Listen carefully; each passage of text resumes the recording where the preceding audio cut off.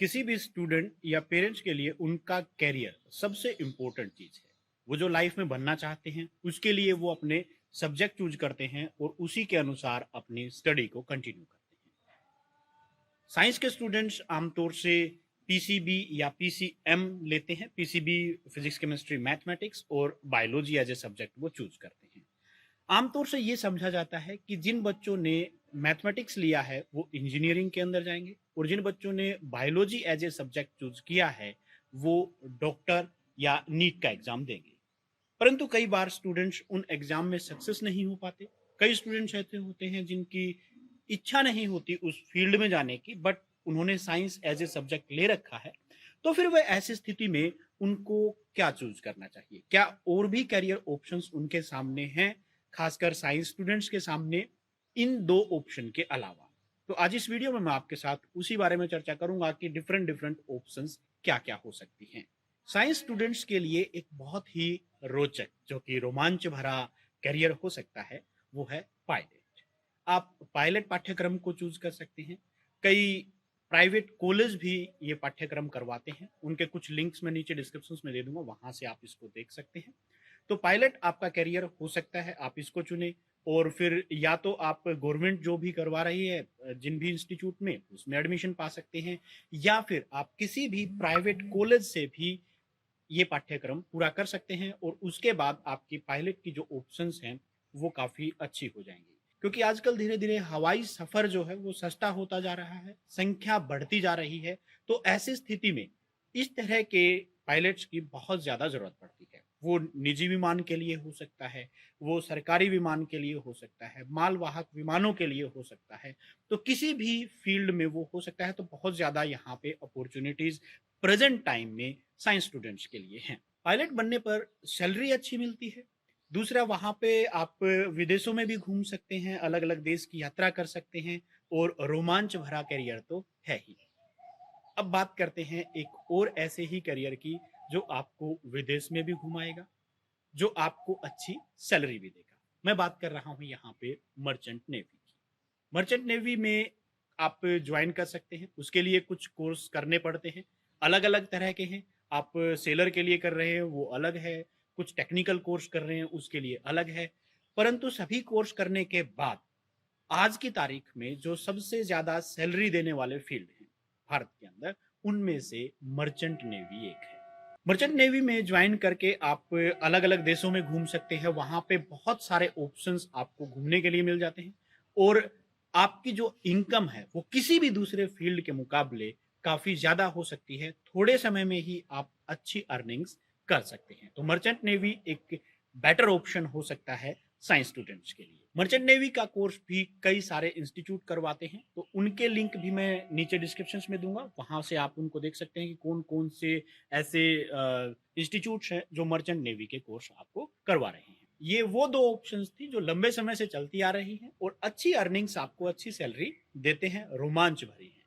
परंतु इसके अलावा भी प्रेजेंट टाइम में अगर बात करें तो बहुत ज्यादा अर्निंग वो आपकी मेहनत के ऊपर डिपेंड करता है। आप उससे भी ज्यादा, कहीं ज्यादा अर्निंग्स ले सकते हैं और प्रेजेंट टाइम में वो सबसे ज्यादा इमर्जिंग भी है। वो फील्ड आपको जरूर पसंद आएंगे। सबसे पहले हम बात करते हैं एनिमेशन की।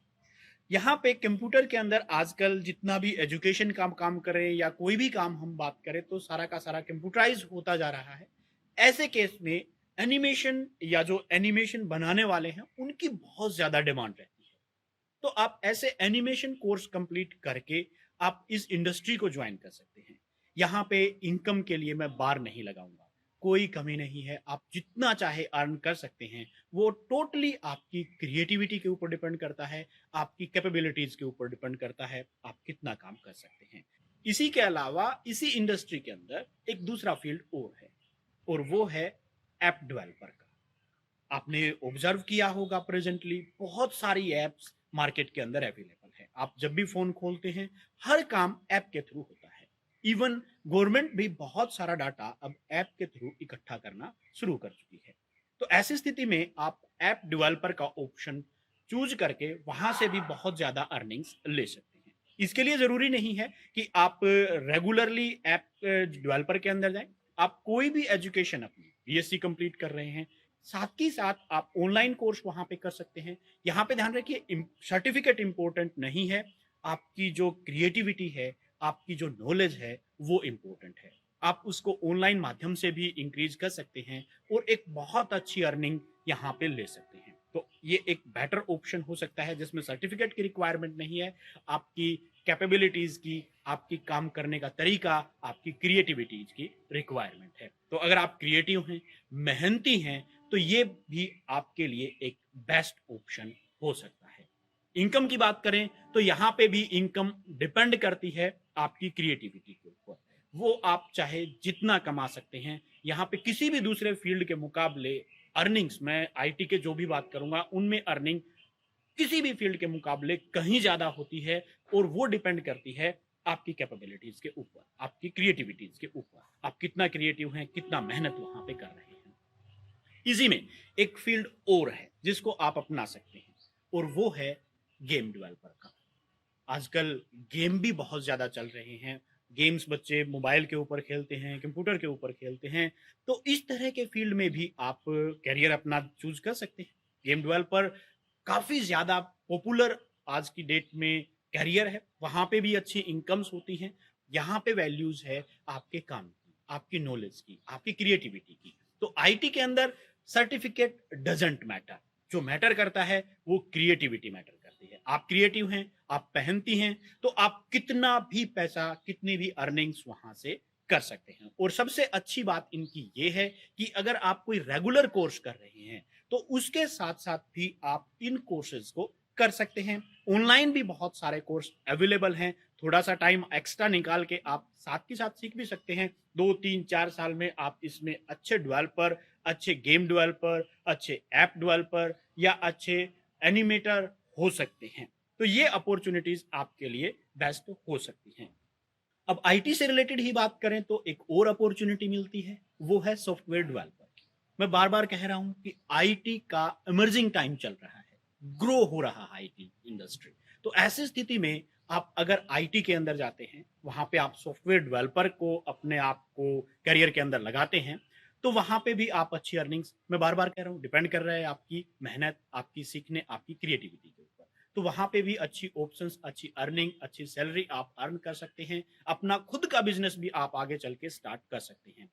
करोड़ों रुपए का बिजनेस होता है सॉफ्टवेयर डेवलपर्स का, क्योंकि हर काम सॉफ्टवेयर की हेल्प से होता है, एप्स की हेल्प से होता है। सीखने सिखाने का, ट्रेनिंग्स का काम आजकल, एनिमेशन की रिक्वायरमेंट होती है, सिमुलेशन सॉफ्टवेयर बनते हैं। अब ये सिमुलेशन सॉफ्टवेयर क्या है? जैसे आप कोई लैब के अंदर एक्सपेरिमेंट कर रहे हैं, उसी को अगर आप वर्चुअली रूप से करना चाहें, मोबाइल पे, कंप्यूटर पे या सॉफ्टवेयर की हेल्प से करना चाहें, तो इस तरह के जो सॉफ्टवेयर होते हैं उसको हम सिमुलेशन सॉफ्टवेयर कहते हैं। उसकी इंडस्ट्री भी बहुत ज्यादा ग्रो कर रही है, और वहां पे आप ध्यान रखिए, अगर आप साइंस के सिमुलेशन सॉफ्टवेयर डेवलप कर रहे हैं तो एज ए साइंस स्टूडेंट होना चाहिए, तभी तो आप कर पाएंगे।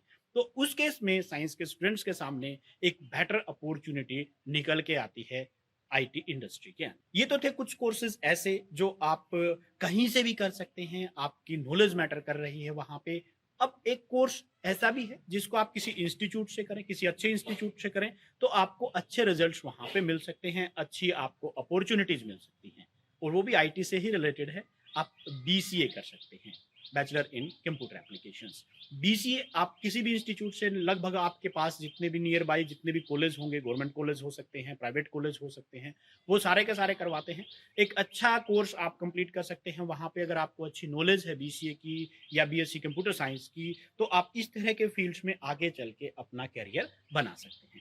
तो ये तो कुछ ऑप्शंस मैंने आपको बताए जो रिलेटेड थे आईटी से, या मोस्ट इमर्जिंग आप साइंस के अलावा, यानी कि इंजीनियरिंग के अलावा या फिर डॉक्टरी लाइन के अलावा किस फील्ड्स के अंदर जा सकते हैं। ऐसे ही कुछ और करियर से रिलेटेड पॉइंट्स मैं आपके साथ डिस्कस करता रहूंगा फ्यूचर वीडियोज के अंदर। तो इस तरह की अपडेट्स पाने के लिए चैनल को आप सब्सक्राइब कर सकते हैं, और साथ में लगी घंटी जरूर बजा लें, ताकि जब भी वीडियो अपलोड हो आपको नोटिफिकेशन मिल जाए। और हाँ, ये जितने भी वीडियोज होंगे ये सारे के सारे कैरियर प्लेलिस्ट के अंदर आपको मिल जाएंगे, यूट्यूब चैनल के ऊपर ही, इसी भौतिक चैनल के ऊपर। और इससे रिलेटेड सभी नोटिफिकेशंस या वेबसाइट के लिंक्स आपको scienceonlineclass.com के ऊपर मिल जाएंगे। याद रखिए www.scienceonlineclass.com। वहां पे आप कैरियर टैब के ऊपर क्लिक करेंगे तो वहां पे आपके कैरियर से रिलेटेड आपको सारी इंफॉर्मेशन मिलेंगी। तो अब आप ये बताइए कि इनमें से आपको कौन सा कोर्स सबसे अच्छा लगता है? आप आगे की स्टडी को कंटिन्यू करना चाहेंगे या इनमें से कोई कोर्स स्टडी छोड़ के करना चाहेंगे, या आप चाहते हैं कि आपकी स्टडीज जनरल बीएससी या आपके और कोई कोर्स चल रहा है, रेगुलर कोर्स भी फार्मा कर रहे हैं, हम फार्मा कर रहे हैं, कोई भी कर रहे हैं, उसके साथ आप इनको कंप्लीट करना चाहते हैं? ये पॉइंट्स आप नीचे कमेंट्स के अंदर जरूर लिखें ताकि आपकी इंफॉर्मेशन दूसरे स्टूडेंट्स के पास पहुंचे और वो भी इससे कुछ अपने आइडिया बना पाए, अपने लिए अपॉर्चुनिटीज ढूंढ पाए। So this was all about for the day. Thank you very much.